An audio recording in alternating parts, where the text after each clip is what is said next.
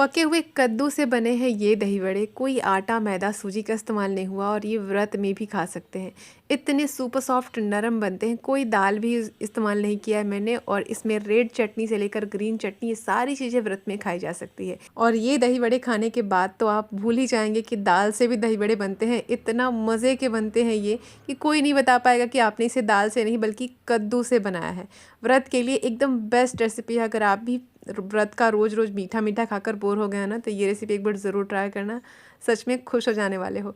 तो कुछ दिन पहले ही मैंने पके हुए कद्दू की सब्ज़ी बनाई थी, तो सबने यही पूछा था कि मैम आधे कद्दू का आपने क्या किया। तो आधा कद्दू मैं चाट बनाने के लिए या फिर दही बड़े बनाने में यूज़ करने वाली थी। तो मैंने इसको काट करके इसके सारे सीड्स निकाल दिए थे। और सीड्स का इस्तेमाल कैसे करना है इसकी भी मैंने डिटेल्स बताई थी। ये बहुत बेनिफिशियल होते हैं, तो इस सीड्स को बिल्कुल भी फेंकना नहीं है। सबसे पहले हमने कद्दू को अच्छे से वॉश कर लेना है और छीलना है। इसके मोटे मोटे जो छिलके हैं ना, वो हटा लेने हैं। और हमें इस रेसिपी को बनाने के लिए पके हुए कद्दू का ही इस्तेमाल करना है, कच्चे नहीं, जो एकदम पीले पीले से होते हैं। इस तरीके से इनको छोटे छोटे पीसेस में काट लेंगे। और अब आता है मेन पार्ट हमारा दही वड़े बनाने के लिए। कद्दू अच्छे से धुले हुए और छिले हुए होने चाहिए। अब हमें चाहिए एक बारीक वाला ग्रेटर, जिसमें एकदम महीन महीन से हम इनके लच्छे तैयार कर सकें। जब भी हमारे गांव पर भोज होता है और जो लोग व्रत वाले होते हैं उनके लिए स्पेशली ये दही वड़े हमारे घर पर बनते हैं और ये सच में बहुत ज़्यादा टेस्टी होते हैं। तो मैं यहाँ पर बारीक वाले ग्रेटर से हम सारे कद्दू को कद्दूकस कर लेंगे। आपको जितने भी दही वड़े बनाने हो उस हिसाब से लेना है। कद्दूकस किया हुआ जो पार्ट है वो हमें 2 कप के आसपास लेना है, लगभग 2 या 3 लोगों के लिए दही वड़े बनाने के लिए। तो देखिए मैंने 2 कप जितना ग्रेट कर लिया है और एकदम महीन महीन से लच्छे हैं। अब इस रेसिपी को बाइंड करने के लिए, यानी जो बाइंडिंग के लिए हमें दाल नहीं, व्रत वाले चावल, समा चावल और 2 चम्मच साबूदाना, ये दोनों को मैंने पहले भिगो दिए थे। जिसमें आधा कप लिया था समा चावल और 2 चम्मच साबूदाना। सॉफ्टनेस के लिए साबूदाना बस थोड़ा सा डालेंगे, ज़्यादा नहीं। और क्रंचीनेस चावल से आएगा और बेस भी। अब खा के बता ही नहीं पाएंगे कि दाल से नहीं बनी है ये रेसिपी। दोनों को अच्छे से भिगो दिए थे मैंने आधे 1 घंटे पहले। और देखिए पानी की ना क्वांटिटी बहुत थोड़ी सी डालनी है। पहले चावल और साबूदाने को अच्छे से धो लें और थोड़े से पानी में इसको भीगने के लिए छोड़ दें। जब ये अच्छे से फूल जाएंगे ना, तब हम इसको डालेंगे मिक्सी के जार में। हमें इस रेसिपी में पानी का इस्तेमाल बहुत कम से कम करना है, नहीं तो जो बॉल्स बनेंगे वो अच्छे शेप में नहीं बनेंगे और बहने लगेंगे वो अलग। तो मिक्सी के जार में डाल दिया है मैंने। 2 हरी मिर्ची ऐड करेंगे, 1 से 1.5 जितना अदरक डालेंगे और इनको हमें अच्छे तरीके से पीसना है। महीन करना है, दरदरा नहीं करना है। तो चलिए इसको पीस लेते हैं। पानी का यूज़ बिल्कुल भी नहीं करना है। थोड़ी देर में देखिए चावल और साबूदाना अच्छी तरीके से सारी चीज़ों के साथ ग्राइंड हो गया है। और कितना थिक है, अगर हम जार को उल्टा भी कर देना तो भी ये गिरेंगे नहीं, इतना गाढ़ा होना चाहिए। तो अभी जार वाला जो पेस्ट है उसको साइड में रखेंगे। और जो हमने घिस करके रेडी किया था कद्दू, इसका जो एक्स्ट्रा पानी है ना, जूस है, वो निकाल देंगे। क्योंकि अगर जूस के साथ डालेंगे ना तो बैटर एकदम गीला हो जाएगा। और इस जूस को फेंकना नहीं है। आप आटा गूंथते समय आटे में डाल सकते हैं या फिर आप किसी भी सब्ज़ी की ग्रेवी में डाल सकते हैं। ये जो जूस है वो बहुत बेनिफिशियल होता है। तो इसको मैं भी साइड में रखूँगी। तो हाथों से ही दबा दबा कर इसका रस निकालना है। हमें अलग से कपड़े में डालने की ज़रूरत नहीं है। सिंपली हल्का सा जो एक्स्ट्रा पानी है ना, जूस है, वो निकाल लेना है। अब इस खिले खिले से लच्छों को हम डालेंगे एक अलग बर्तन में। तैयार किया हुआ पेस्ट हम इसमें ऐड करेंगे। अच्छी सी बाइंडिंग देती है, क्रिस्पनेस देगी और साबूदाना इसमें सॉफ्टनेस भी देगा। अगर साबूदाना नहीं डालना चाहते हैं तो अमरंथ का आटा 1 चम्मच डाल सकते हैं, बहुत थोड़ा ही डालना है। स्वाद के हिसाब से नमक ऐड करेंगे और चुटकी भर हमें काली मिर्च का पाउडर, 3 या 4 कुटी हुई काली मिर्च जितना, और इसको भी डाल करके अच्छे से मिक्स करेंगे। अब कोई और चीज़ नहीं डालना है क्योंकि मिर्ची और अदरक मैंने पहले ही डाल दिया था। फटाफट से इनको मिक्स करेंगे। और अब इनको मिक्स करके ज़्यादा देर छोड़ना नहीं है, नहीं तो जो बैटर है ना, ये गीले होने लगेंगे कद्दू के रस की वजह से। इसको फटाफट से हमें पकाना है। और आज मैं इसको पकाने वाली हूँ मूँगफली के तेल में। व्रत स्पेशल है तो आप मूँगफली का तेल यूज़ कर सकते हैं, सनफ्लावर सीड यूज़ कर सकते हैं, आलमंड ऑयल यूज़ कर सकते हैं। और ये सारे ऑयल मेरे पास घर पर तैयार किए हुए हैं, जो मैं अपने घर पर ही वुड प्रेस्ड मशीन में निकालती हूँ। और एकदम कोल्ड प्रेस है, कोई हीटिंग प्रोसेस नहीं है, 100% प्योर एंड नेचुरल। हर तरह के ऑयल्स आपको मिल जाएंगे। साथ ही तैयार है मेरे पास ये हर्बल हिबिस्कस शैम्पू, जिसमें मैंने 35 तरह की जड़ी बूटियाँ ऐड की हैं। कोई केमिकल मार्केट वाले शैम्पू बेस, प्रिजर्वेटिव्स, कोई फ्लेवर, एसेंशियल ऑयल्स, कुछ भी मैंने इसमें ऐड नहीं किया है। ये पूरा का पूरा नेचुरल और एकदम ऑर्गेनिक है। आप एक बार ये शैम्पू ज़रूर ट्राई करना, बहुत ज़्यादा बढ़िया रिजल्ट है। इसकी डिटेल वीडियो भी मैंने अपलोड कर दी है, तो आप चाहें तो घर पर भी बना करके इसे यूज़ कर सकते हैं। शैम्पू को प्रिजर्व करने के लिए मैंने बायो एंजाइम्स का यूज़ किया है, तो ये बिल्कुल सेफ़ है, हर कोई इसे यूज़ कर सकता है।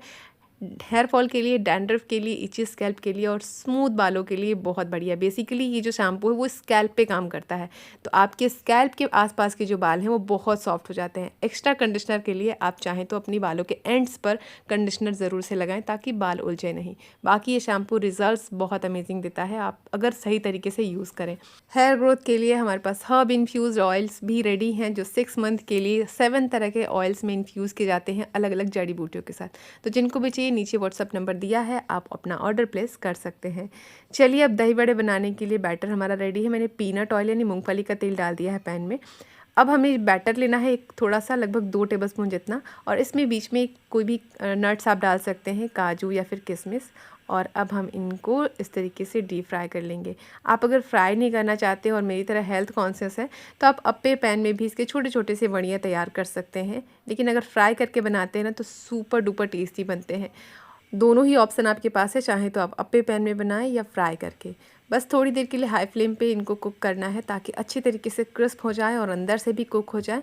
आप देखिए कितना बढ़िया से ये गोल्डन होंगे और मैं आपको इन्हें तोड़ करके भी दिखाऊंगी कि कितने ज़्यादा सुपर सॉफ्ट होते हैं अंदर से, एकदम फ्लफ़ी। कोई इनो सोडा, बेकिंग सोडा वगैरह डालने की ज़रूरत नहीं है।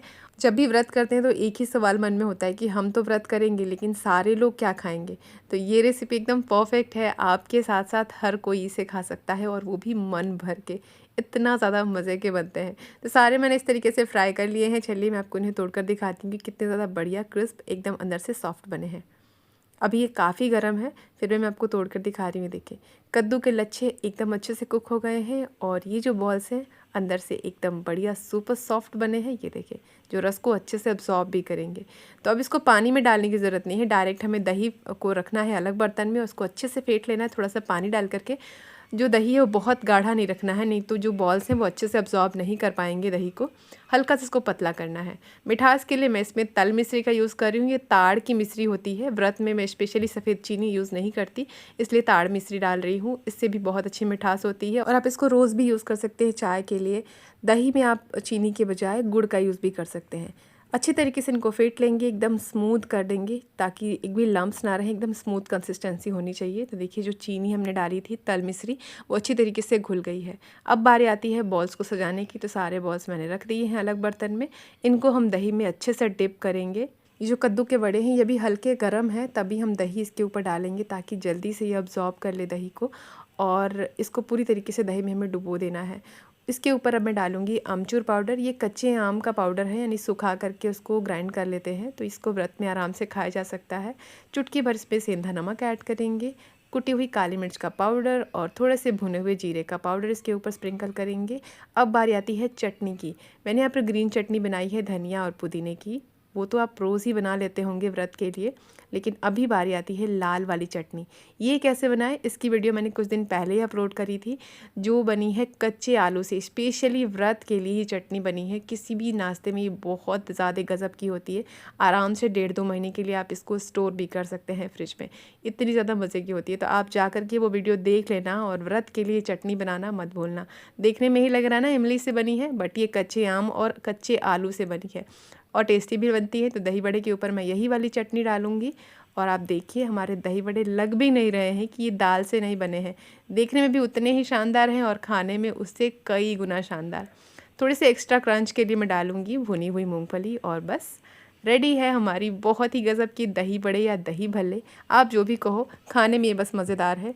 कैसी लगी रेसिपी जल्दी से लिख के बताना और आप इस नवरात्रि ये रेसिपी ज़रूर ट्राई करना। रोज़ की नई नई वीडियोस पाने के लिए चैनल को फॉलो या सब्सक्राइब कर लेना ताकि कोई भी रेसिपी आपसे मिस ना हो। चलिए मैं अब इन दही बड़ों को कट करके दिखाती हूँ कि ये अंदर से कितनी ज़्यादा जूसी हैं।